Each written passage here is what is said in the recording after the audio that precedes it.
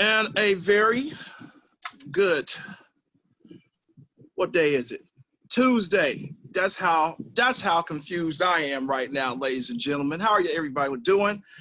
We are doing an impromptu show tonight. Unfortunately, I have not able to use my laptop, so guess what I have to do? I have to put these on so I can see.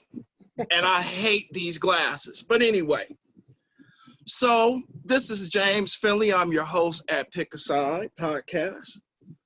And this was not scheduled at all. Not at all. So one of the things that I was saying to myself, I said, Vanessa is doing the show. I clicked in on her show on Social Vybes. She did such a phenomenal job. She had me on the show about a week ago. I won't say that I was her best guest ever, but you know, hopefully I rank up there in at least the top 10. But we'll see about that because she gave her guest tonight a whole lot of love. I didn't get that same type of love when I was on the show, but it's okay. You know, I don't even know if you dressed up for church like you did when we had our, but it's okay. You know, it's all good. So here's the deal.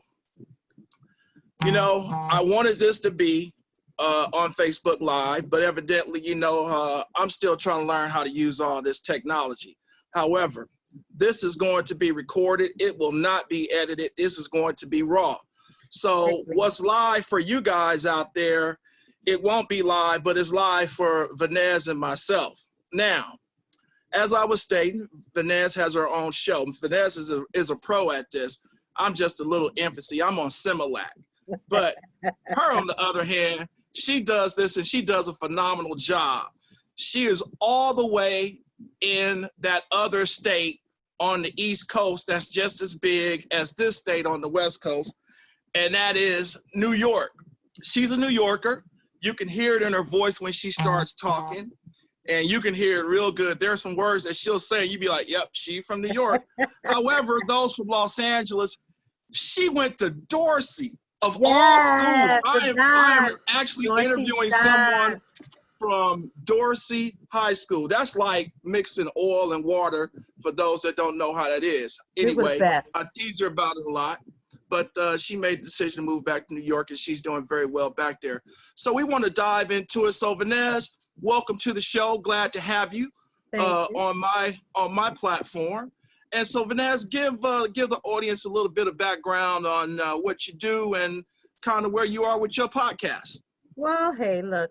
Well, Nezzy's Place is like the umbrella. And under Nezzy's Place, I have my book, which is Girlfriend, Your House is a Mess.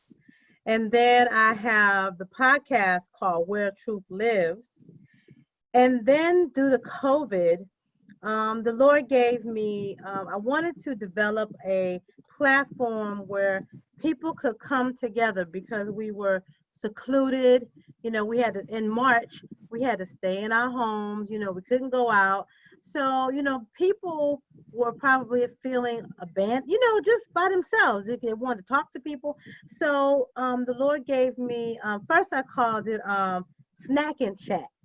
And I thought it was cute because the person was nice. It got together, you know, and everybody had their little favorite snack and everybody was talking. But then I really didn't like Snack and Chat because men are not going to gravitate to Snack and Chat, okay? They're going to think it's just a bunch of women sitting around. So the Lord, after talking to some people on the West Coast, the Lord gave me Social Vybes. And I thought it was really nice because it's a place to connect, a place to engage, and a place for people to vent and laugh during this time of seclusion or feeling like you can't go out. Social distancing came into play. So this was the platform that we used to connect. And so we were meeting every Tuesday. Love it. We still do. But I gave them an option because we were getting the same group. You know, we would have some different ones, but I felt like we were getting out more when we had, you know, some of the restrictions were lifted. So I said, well, how many people want to just do it so many times a month? So I gave them a Google survey, and it came back they wanted to do it twice a month. They didn't want to do once a month. They felt that wasn't good enough. They said twice a month.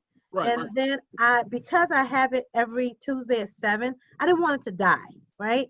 Because the momentum, you right, keep it right. going. So I felt, okay, God, what can I do?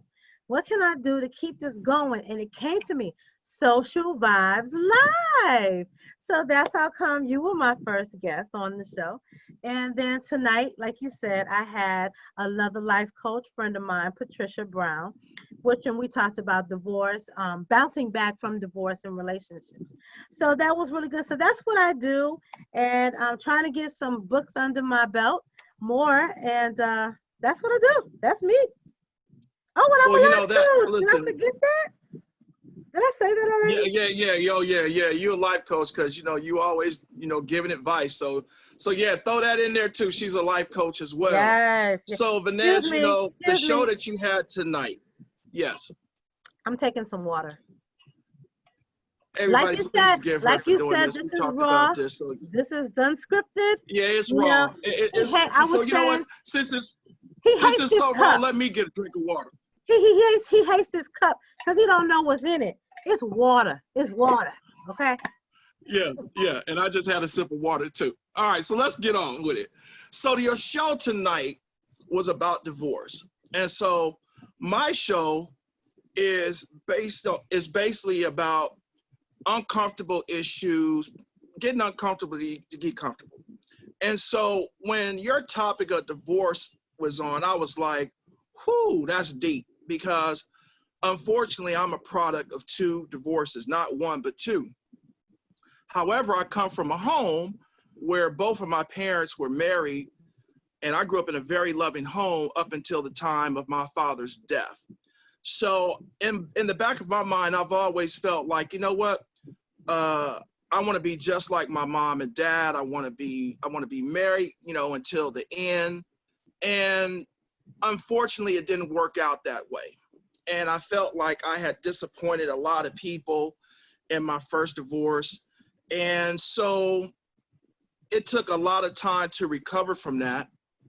Then I go into to wedding number two, and then wedding number two just was a complete disaster for me. And I felt like the karma gods, if you're going to call them that, the karma gods from my first, from what I did in my first marriage, I felt like they got me in my second marriage, if you want to say that. But I was really broken a lot from it, and it took a long time to recover.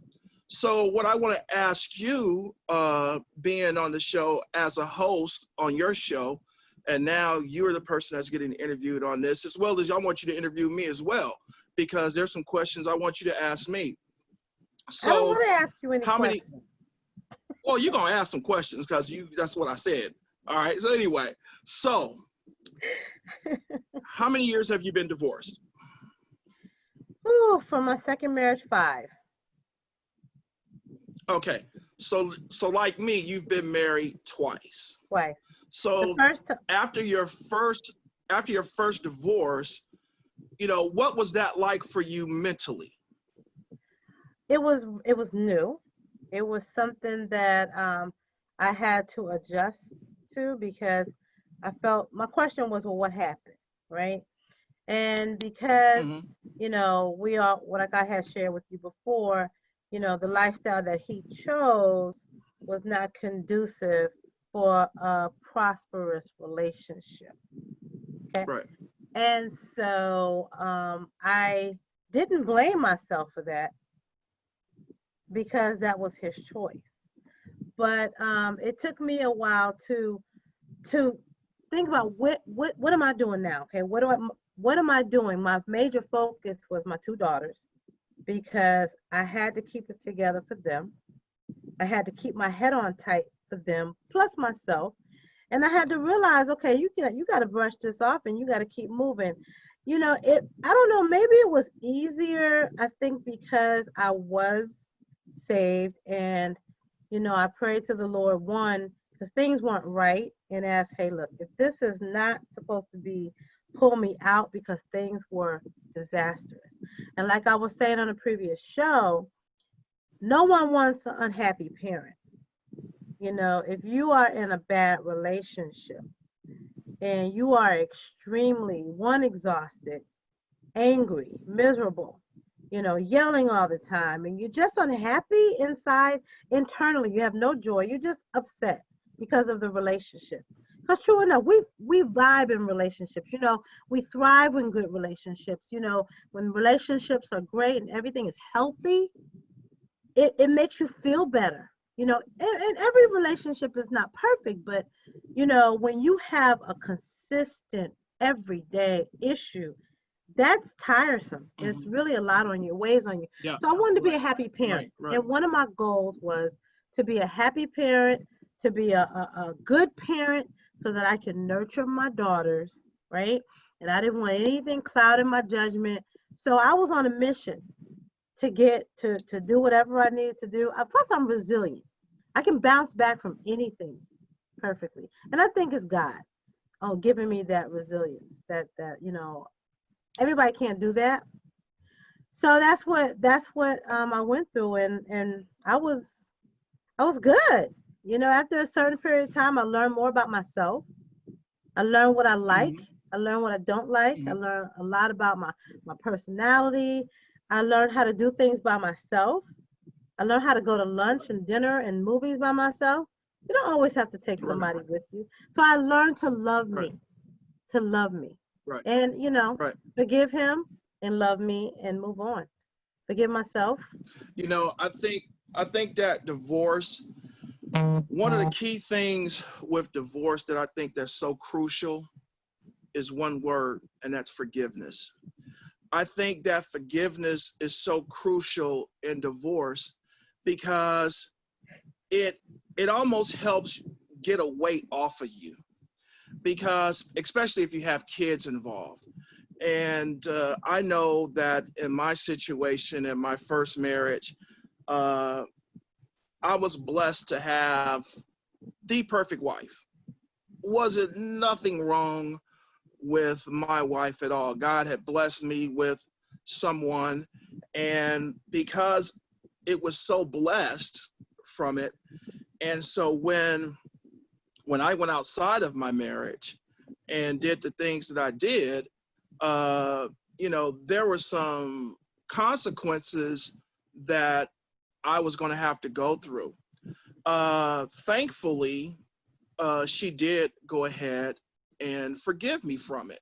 So the question I want to ask you is, with you having two daughters, you know, with the first marriage, what was your, how did you talk with them about dealing with the divorce and, you know, you guys breaking up, this and that? And did you hold so much, did you hold resentment towards him to the fact, to the point where you didn't want your girls speaking to him? So how did you work that out?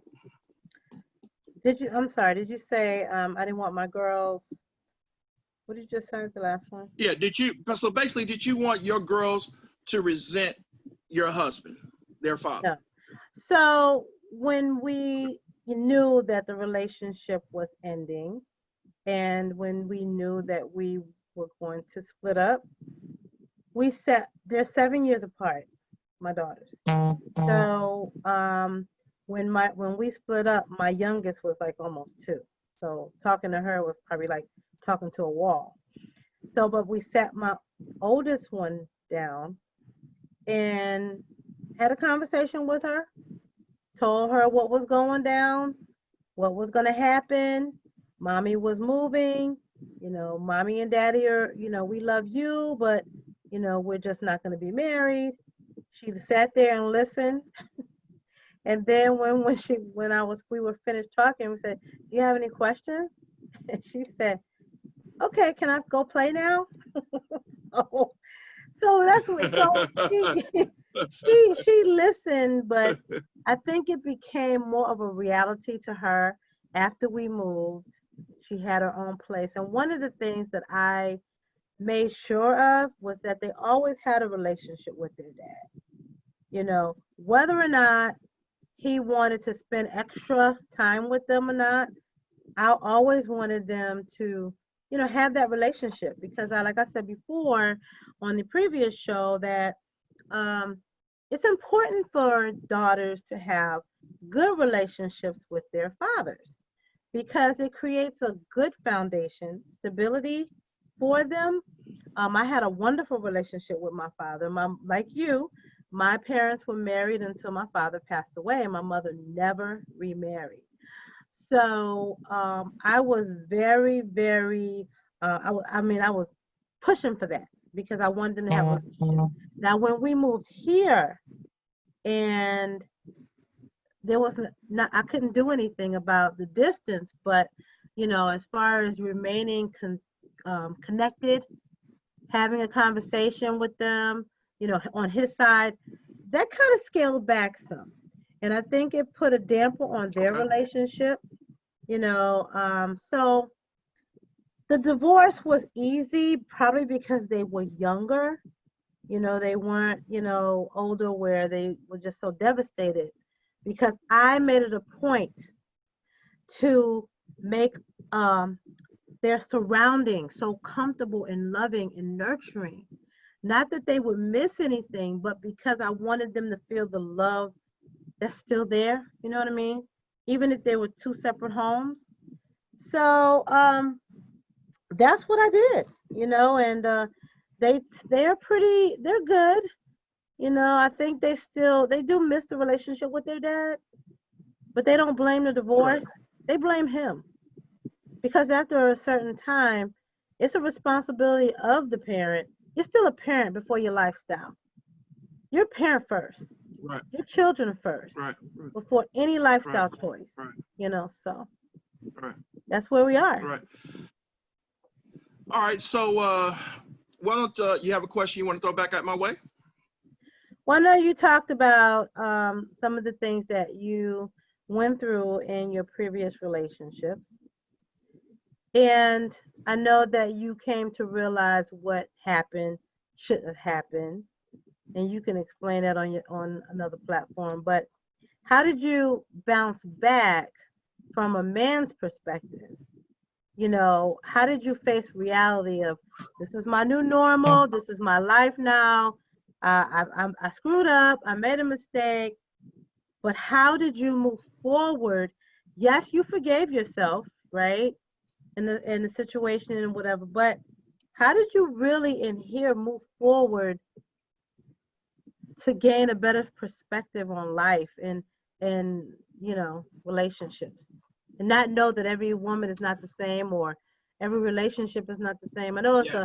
Yeah. a long question, but Yeah. Well, you do such a great job of being a host, and your question is such a host question. oh, So stop the let me fluff, just tackle it. answer the question. So, you know, um, I'm still in recovery. I'm not here to say that, hey, I made it. Uh, However, life is really good for me right now. But after my first marriage, uh, I went through some very, very troubling times. And because I am a child of God, and because I grew up in the church and I knew right from wrong, there's a scripture that says, "He that knoweth the will of the Father and doth not the will of the Father will be beaten with many stripes. He that doesn't know the will be beaten with few." Well, I was that one that was beaten with many, many stripes because I knew what I was doing was wrong. I completely had destroyed the family that I had. That whole structure, that whole quote unquote, that Cosby kind of life that we were living, and that everyone seemed to, not the Cosby, the Huxtable kind of lifestyle. It was one of those things where we were like the poster child of the happy little family. You got Bridget, you got Shantia, Jake, and myself. And it was just, it was peaches and cream, So when the divorce came, I moved back to Los Angeles, and I caught pure hell. just to keep it real with you. I was homeless for 2 years. And there was a point where I could have knocked on a whole lot of different doors. Hey, can you help me? I need some help, this and that. But that was my Damascus journey that I had to go on. And had I not gone through that, there's no telling where I would be right now. Those 2 years of living in my car, thank God I didn't have to live on the street, but I lived in my car, you know. But when you're living in your car, there's a point where when it turns daylight, you want it to hurry up and be nighttime. And when it's nighttime, you want it to hurry up and be daytime. Wow. That's like, it's like you just want to, life is just and it's just in shambles. And so, you know, there were so many things that were going on, you know. How am I going to keep clean every day?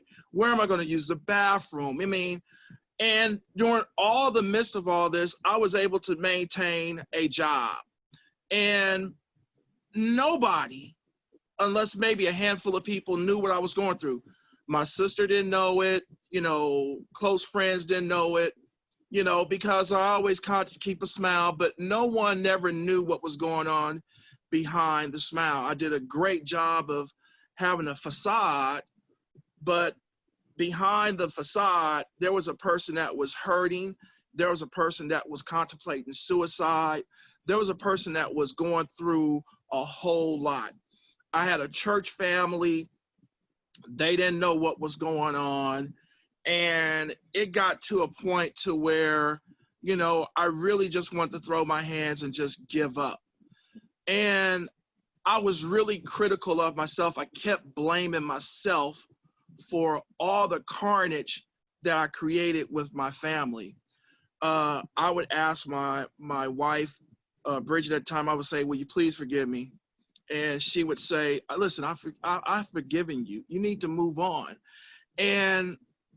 But although I believe she meant that, and I know she meant that because she's such a sweet person, but I still felt so guilty. And I felt guilty because my mom, that's not how I was brought up. But, you know, when you get caught up in things of the world and the lifestyle and, you know, traveling all over the world, this and that, there's a lot of stuff that was going on at the time. But my bounce back, I started healing from that, got married again, and then I went through a whole lot, you know, with that whole situation. There's so much that I went through that my family does not even know of, and they won't know of because I don't want them to have to know about the experience that I went through. However, I would say, let's see, my second divorce that I had, it happened in 2010. So from 2010 up until 2014, I was a wreck. I was getting in altercations with people on my jobs. I had to do anger management. It got to a point where when I would go out with my friends, when we would go out, my friends, and both of them, God bless them, are deceased right now, they would give me a little speech before we would go into wherever it was. They would say, hey, Finn, we ain't fighting tonight. Hey, Finn, hey, listen, don't be picking no bottles up, throwing upside nobody. It was like they had to give me this disclaimer before we would go into whatever place of establishment that we went into. And so I knew that I was in bad shape from my second marriage. And, you know, once again, the depression and everything started going through it because I just felt like I had nothing left. And, you know, so I would try to get in relationship here, relationship there. But, you know, I knew that I was still wounded from that marriage. It wasn't over the last few years where I started kind of getting my mojo back. And, you know, and so now I'm in a good place right now. When I say that I'm not totally healed, there are some things, because I have trust issues right now. I don't trust everybody like I used to. And so for there, it's one of those situations where, okay, okay, maybe this person is going to be okay or something like that. But yeah, I still have a ways to go. And it's unfortunate because you don't want to bring your luggage and put it on somebody else's, on their doorstep. Definitely. And so, I think people are very selfish sometimes, and I'm guilty of it because I've tried to take my luggage and put it on someone's doorstep. And then sometimes I find myself taking out my pain towards someone who's just trying to be sweet to me. And so that's been a problem. Yeah. Do you think you moved a little bit too fast before healing to get involved in another relationship? Absolutely. Absolutely. I moved, I was trying to convince myself that I was okay. I was trying to say to myself, yeah, I'm good. I'm fine, this and that. And I wasn't, there was a lot that had to go on for me to get to the level of I'm okay. But, I went through a therapist and, bless his heart. Did you throw the I chair pretty much over? told. Did you throw the chair? Well, Did you throw the chair? Hey, my therapist, when I walk in, he would just do like this, and we would and I'll say, hey, look, man, Here it comes. He just say, yeah. So, but I just told him, I said, hey, listen, I have a lot of baggage and, I have a lot of stuff. And there's times where I'm extremely hard headed. And, my sister, she probably can testify to that. But, I definitely move too fast. So you're a work in progress. That's all, and you need to start putting those positive affirmations on your wall, But I do have a question because you touched on a topic that I know too well, and I lived it. You mentioned about your relationship and what happened, to cause the breakup and what you did. Well, you hit on something that always makes me wonder about, my hair is in my face.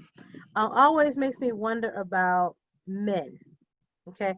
This is a little bit turning the curve on a little bit right now, but I do have, I mean, if you want to know someone, ask a man. You want to know.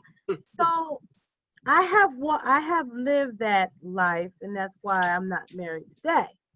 Is because, we were doing well, I thought we were great, and then his associations became different, and that whole different life was so attractive to him.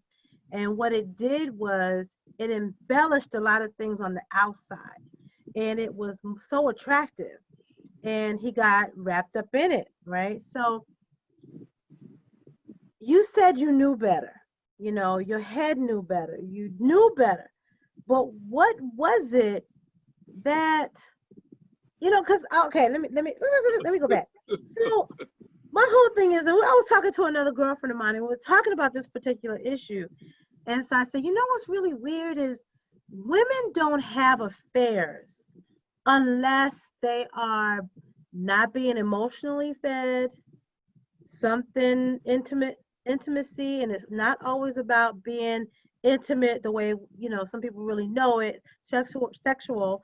It's the intimacy level of being with your mate. There's some things missing on those levels, right? That's the reason why some women kind of go that way. Men, however, can have, like you said, everything. You have the great wife, the house, the whole kit and caboodle. You got it all. And yet you still found a reason to go get that other piece of cake. And I just don't get it. So help me understand, when you guys have it all, when you have the prettiest woman, she's doing everything. She's supportive. She's nurturing. She's taking care. She's listening to you. She's supportive. She's doing whatever she needs to do.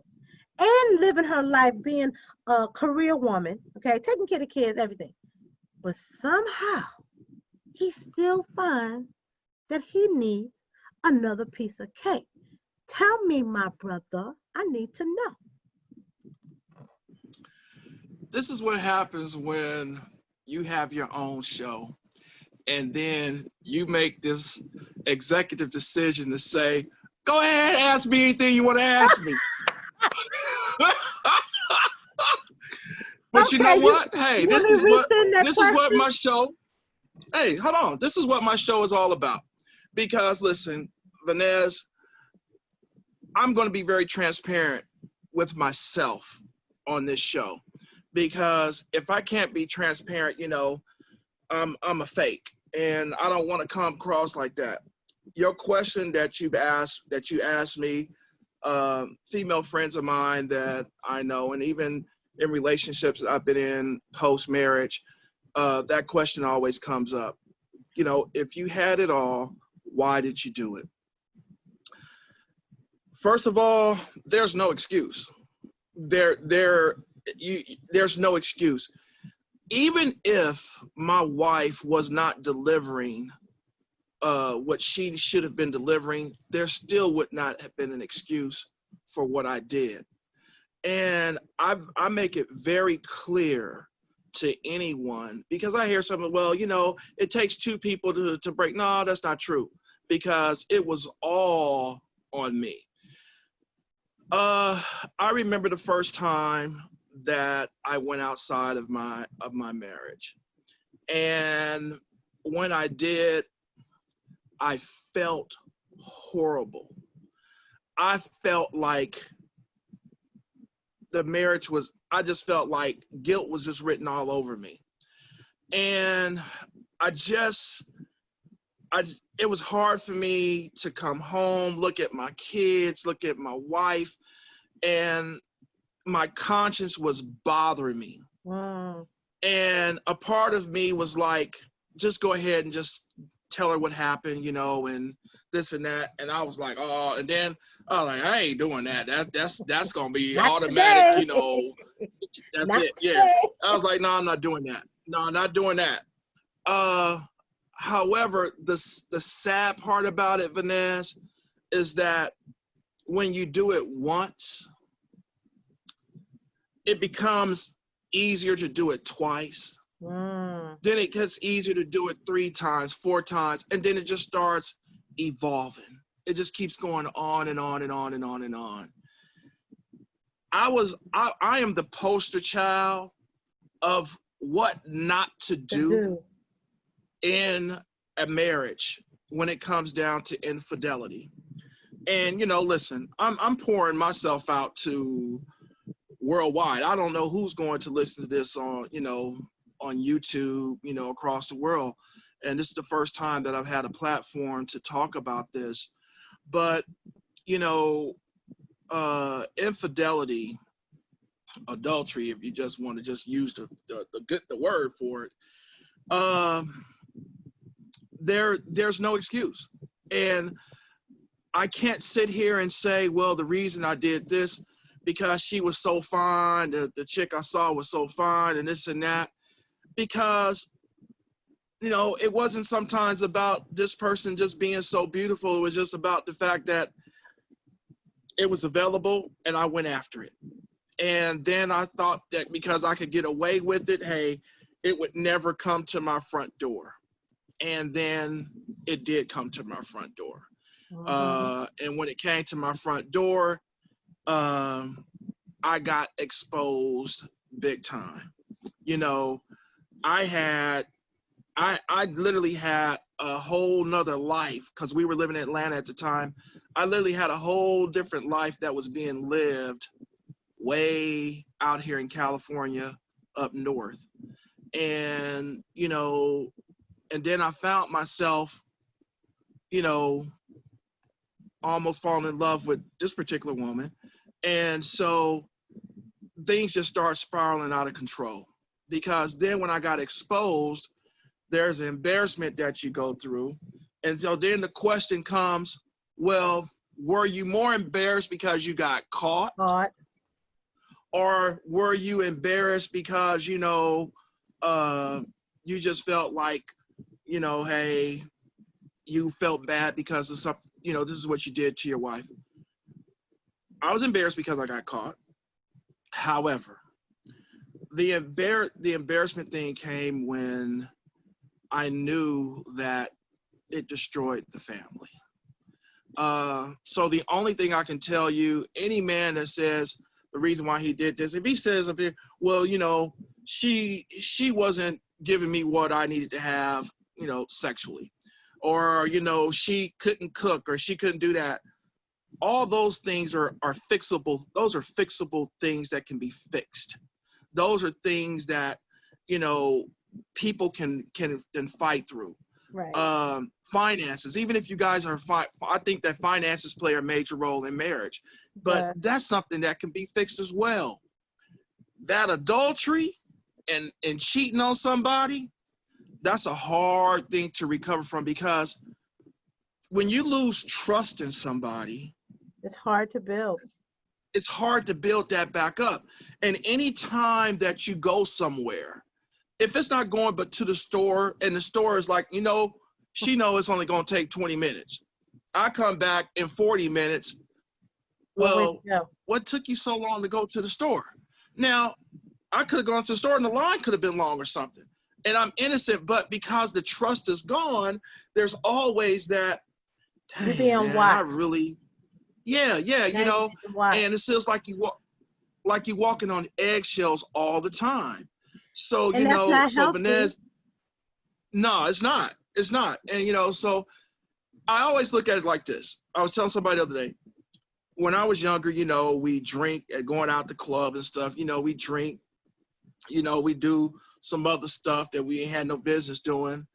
And the police, they get behind you. And, when you get caught, it's kind of like you almost relieved that you got caught, because, I knew eventually it was going to happen. So eventually I knew that one day I could get caught, but I did get caught, and it wasn't fun. Yeah. So, but no, there's that question that you asked.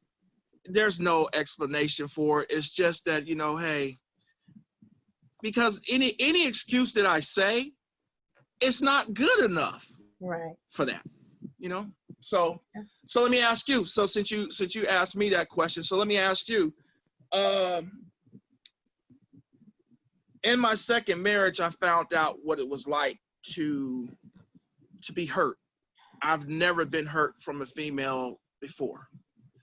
So, what did it feel like when you first found out that your spouse had went out on you, went outside the marriage?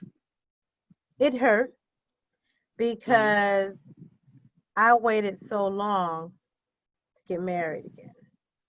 And I knew this was going to be, oh, we're going to grow together, grow old together, things like that. And outside of loving the person for who they are, you just never thought it would get that bad and you would do something like that.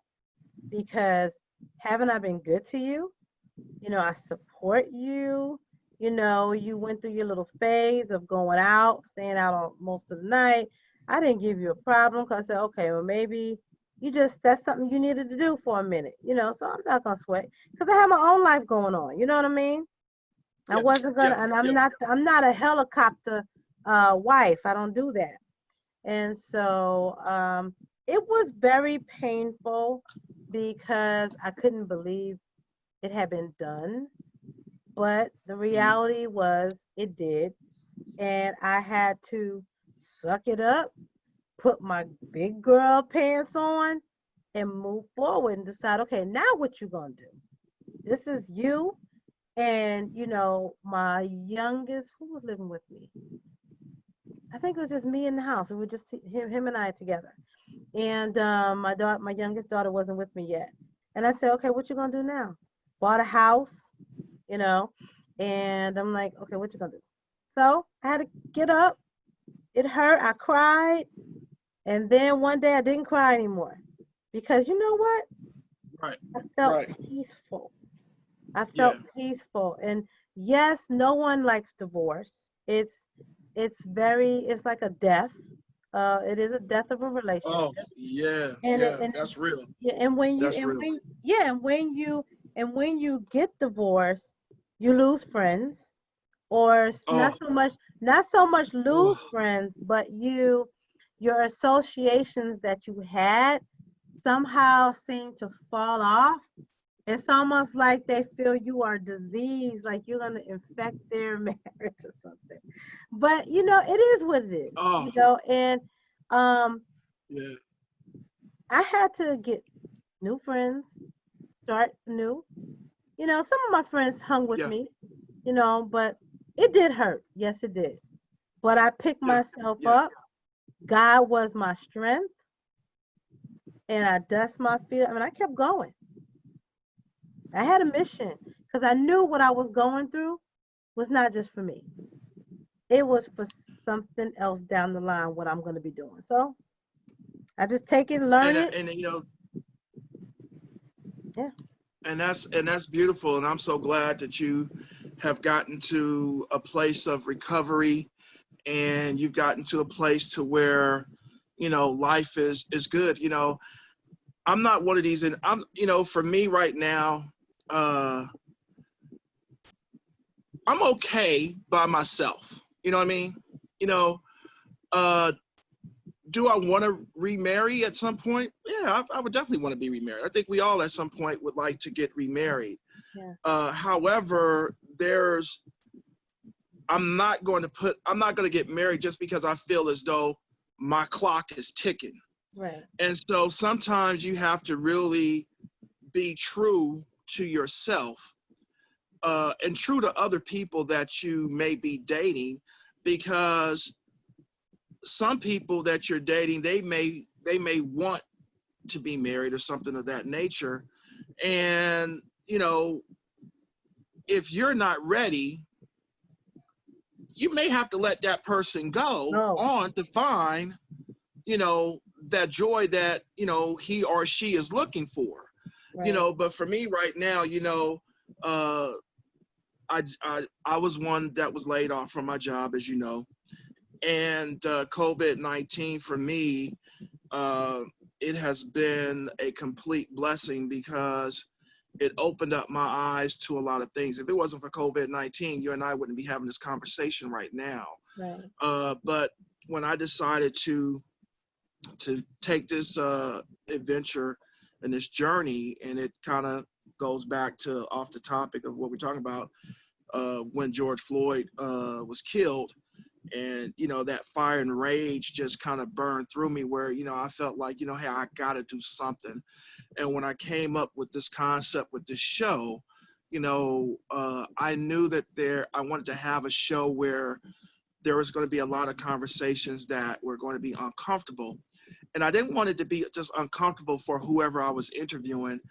It had to be uncomfortable for me as well, because all of this right here is therapeutic for me as well. Talking about this is still therapeutic for me. So the show that you had, like I said, hey, I was listening from beginning to end, and I felt very compelled to say, you know what, I got to continue. I got to have her to continue this conversation, because from a male standpoint, there are a lot of men who were on the right side of divorce.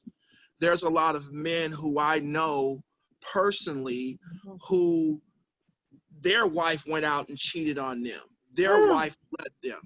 Can I ask And a so, question? I'm sorry. sure, So that's what I wanted to ask is okay, I have seen marriages survive right. an affair. I have seen it. And I know it can be done. But is it true that if a woman cheats, it is harder for you guys to Whew, say, I'll forgive you and try. But whew. but in reverse side, they want us to do that, but it's not it's not reciprocated. So why is that? Tell me why that is. Boy, it's getting late in New It York sure right now. is. It's It's 10:30 10:30. over You here, sure man. you sure you ain't got good? You sure you don't need to go to bed right now? Yeah, I do, but we might have to pick this up again tomorrow. We may have to do a part two because this gonna take Let us me to. answer Oh, the question. okay. Let me answer this question. It is extremely difficult, Vanez, when it happens to us. We are trip.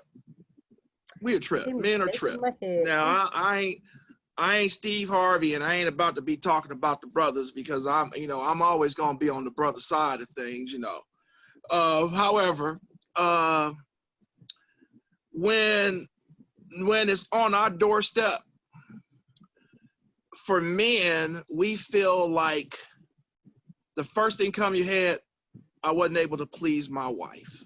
That's the first thing that most men, man, and for that, it's like that's very important for our ego and for our psyche because we want to feel like we that dominant, mandingo, type of cat.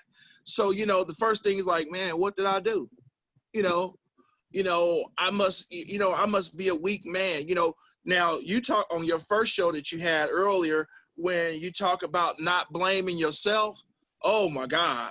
Oh, for a man will go through a whole gamut of emotions because of self-guilt. I wasn't, maybe physically, maybe I wasn't this or I wasn't that and this and that. So we actually go through a whole lot more than what a woman does. And our recovery is fake. Our recovery is fake because what we'll try to do, we'll try to go out and mask the pain and the hurt by trying to get female after female after female just to go ahead to get to a point where you can feel good. However, it's temporary because you're not getting healed. You're only masking. And so anytime that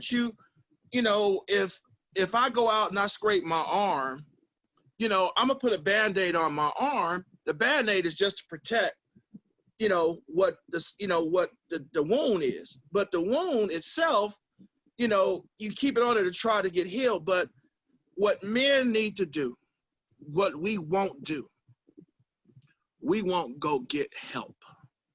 Y'all don't like therapy. Yeah.